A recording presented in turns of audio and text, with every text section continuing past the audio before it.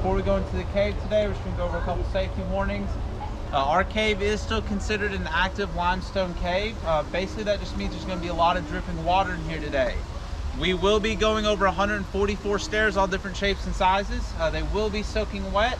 So while you guys are in the cave today, just make sure you watch your step. And then there will be some formations that I warn you guys about so you do not run into them or hit your head on them. The first one will be a rock up and to your left as we go into the cave today. So just make sure you guys keep an eye for that and kind of stay to the right and duck while you guys go in. Do you guys have any questions before we head inside today?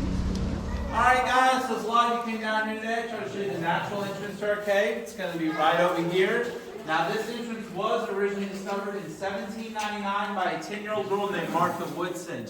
After she found the entrance to the cave, she realized she would be too afraid to come down here by herself. So she went back to her house to find her two older brothers. Now when they all got back to the entrance of the cave, her older brothers realized that they were also too afraid to come down here. So they ended up sending her down here alone. She ended up exploring right into the second small room that we're going to be going into today. And she did manage to get out of the cave. After that, it was bought in 1921. They started working on it for the first tour to come through here in 1922. So on our tours, we do like talking a lot about some of the cave formations we have in our cave. If you guys look right over here on this wall, you're going to see a really bumpy rock. Kind of goes all down here. You'll be able to see this formation on just about every wall in our cave today. This is our most common formation we have. It's what we call cave coral. Sometimes we will refer to this as cave broccoli, cave cauliflower, and cave popcorn. This is also our slowest growing formation that we have.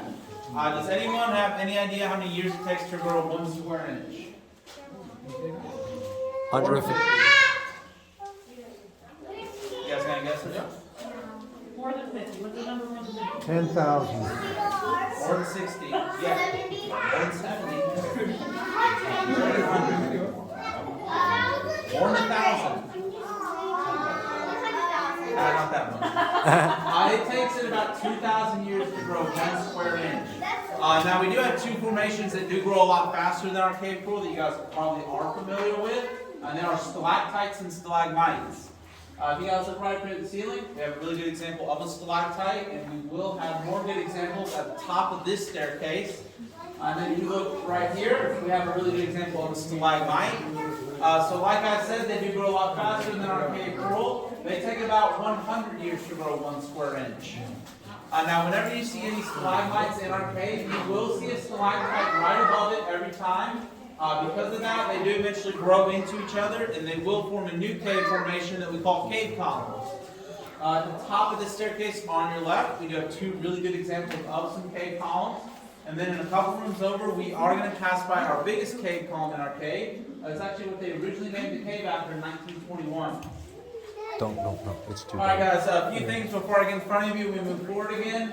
The staircase will have a bit of water on it. Just make sure you guys watch your I can step. tell by seeing how dark it is. Top of this You find it? staircase, there will That's be a why I'm using it. stalactite That's why I hanging use down that. onto the path up into your right. I'm gonna turn this off. Once you guys get up there, just make sure you keep an eye out for it. I don't know If you how to do don't, that. you will run into it. You will hit your head on it. It's going to hurt a lot. So just make sure you guys watch your step up there. Behind that stalactite, there will be some smaller ones, so just make sure you guys stay ducked while you're up there.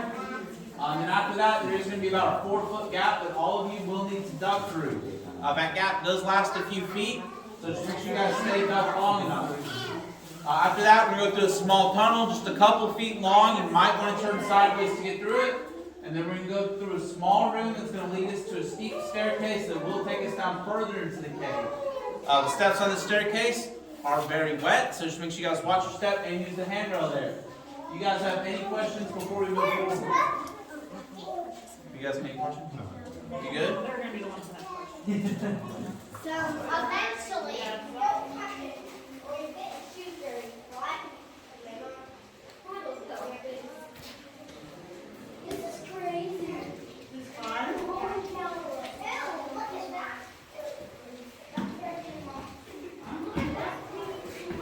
What we call Woodson Hall. This is also the furthest down we'll be going today. Does anyone have any idea how many feet below the surface we are right now? Yeah. More than 5 feet. 200. Not quite 200. 170. More than 100.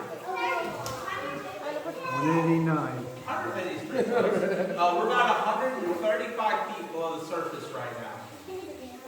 So if you guys look right back here, I did mention we'd be passing by the biggest cave column that we have in our cave. This is what we call Mammoth Onyx column. Along with being our biggest cave column that we have, this is also the biggest formation you guys are seeing here today. And like I said in our last room, this is what our cave was originally named after when they bought it back in 1921. Alright, so we do have a lot of different types of caves.